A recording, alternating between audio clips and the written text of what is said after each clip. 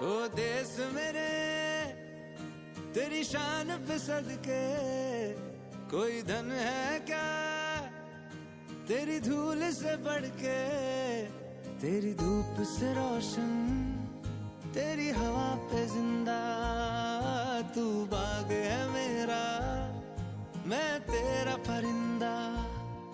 है अर्ज़ ये दीवाने की जहाँ भोर सुहानी देखी, एक रोज वही मेरी शाम हो।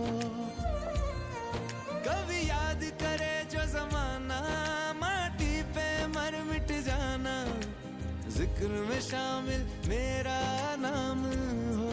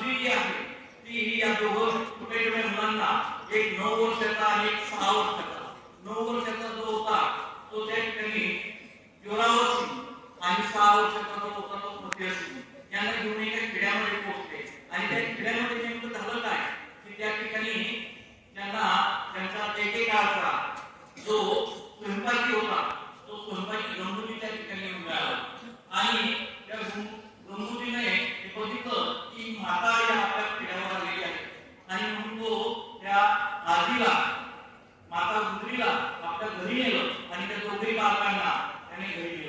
आणि घरी नेलं त्यावेळेला त्याला त्या मातेच्या हातामध्ये एक पुतळी दिसली आणि त्या पुतळीमध्ये होत्या सोन्याच्या मोहरा आणि त्याने घरी नेलं आणि सारखं त्या पुतळीकडे तो बघत होता आणि घरी त्याने तिघांना जेवण दिलं आणि रात्रीच्या वेळेला माता गुजरी झोपलेली असताना ते दोघं बालक झोपलेले असताना त्याने मातेच्या जवळची सोन्याची पुतळी होती त्याची चोरी केली आणि नेमकं झालं काय की त्यावेळेला मातेने ते बघितलं परंतु ती काही त्याला काहीही बोलली नाही.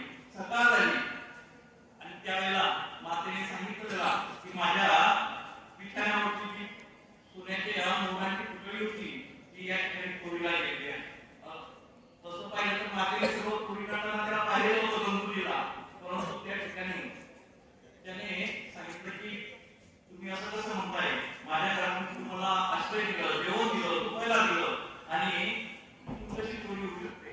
आणि म्हणून तो बाहेर घराच्या बाहेर पडला, जोरजोरात ओरडू लागला की या ठिकाणी चोरीचा आरोप माझ्यावर लावण्यात येतोय आणि तो त्या ठिकाणी कोतवालीमध्ये गेला आणि यांच्या नावाने त्याने त्या ठिकाणी कंप्लेंट केली आणि मग त्यांना बैलगाडीमध्ये बसून त्या कोतवालीपर्यंत नेण्यात आलं आणि त्या ठिकाणी त्यांना डांबून ठेवण्यात आलं आणि तिथून मात्र पुढे वजीर खान हा जो त्या ठिकाणचा नवाब होता त्याकडे या तिघांना नेण्यात आलं आणि तिघांना नेण्यात आल्यानंतर बैलगाडीवरून मोठ्या प्रमाणावर जनता बाहेर होती आणि शूर गुरु गोविंद सिंगचे हे शूर मुलांना बघून जनता देखील मोठ्याने त्या ठिकाणी ओरडत होती.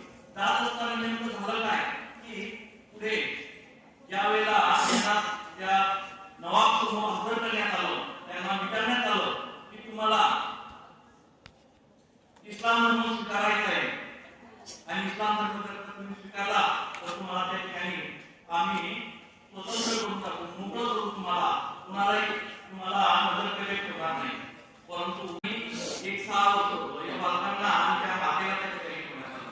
दुसऱ्या दिवशी पुन्हा त्या नवाब समोर त्यांना बाहेर काढण्यात आलं आणि विचारण्यात आलं आणि ते ताटमाने त्या नवाब समोर उभे राहिले.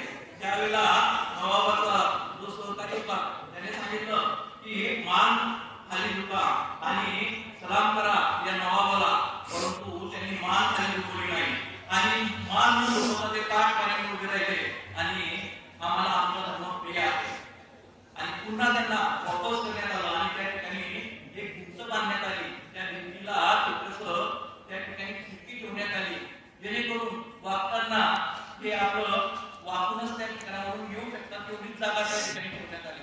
का तर ते वाकत नव्हते, झुकत नव्हते नवाब आणि दुसऱ्या दिवशी पुन्हा त्यांना पाचारण करण्यात आलं.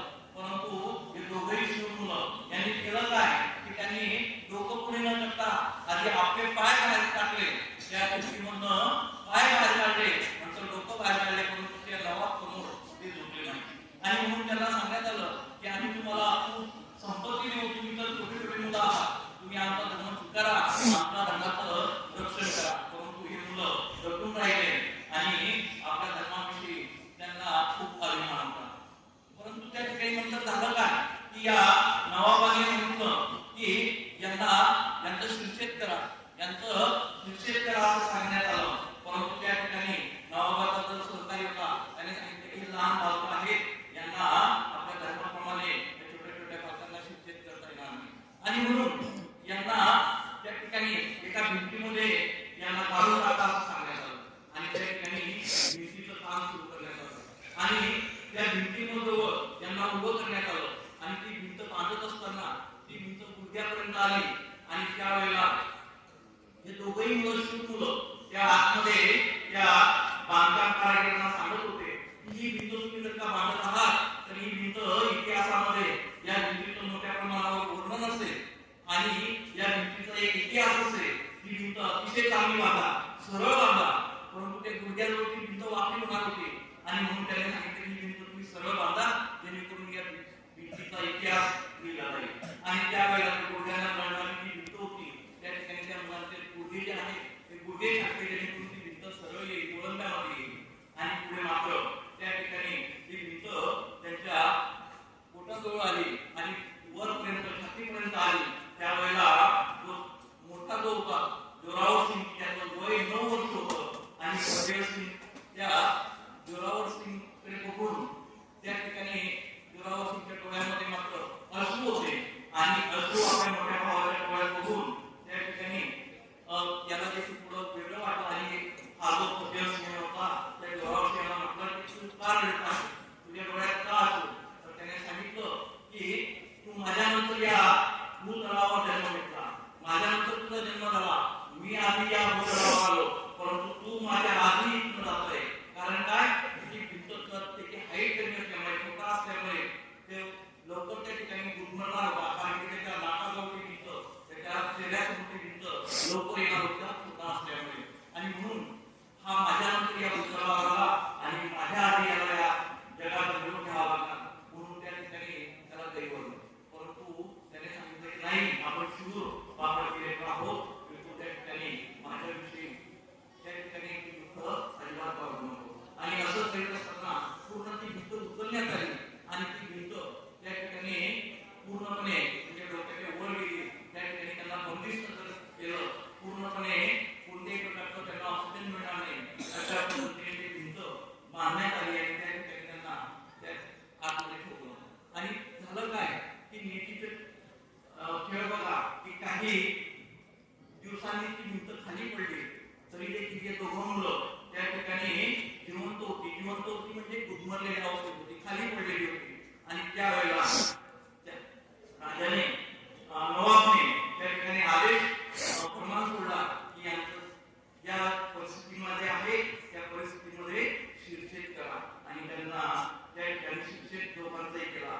9 वर्षाचा तो जोरावर सिंग त्याबरोबर 6 वर्षाचा फतेह सिंग त्या ठिकाणी आपल्या धर्माचं रक्षण करत असताना त्या ठिकाणी शहीद झाले. अशा या थोर गुरु गोविंद सिंग यांचे दोघेही शूरवीर पुत्र आणि त्यांचा इतिहास आपल्या विद्यार्थ्यांसमोर यावा म्हणून आपल्या देशाचे पंतप्रधान मोदीजी यांनी आजचा दिवस वीर बाल दिवस म्हणून त्या ठिकाणी घोषित केला आणि संपूर्ण देशभर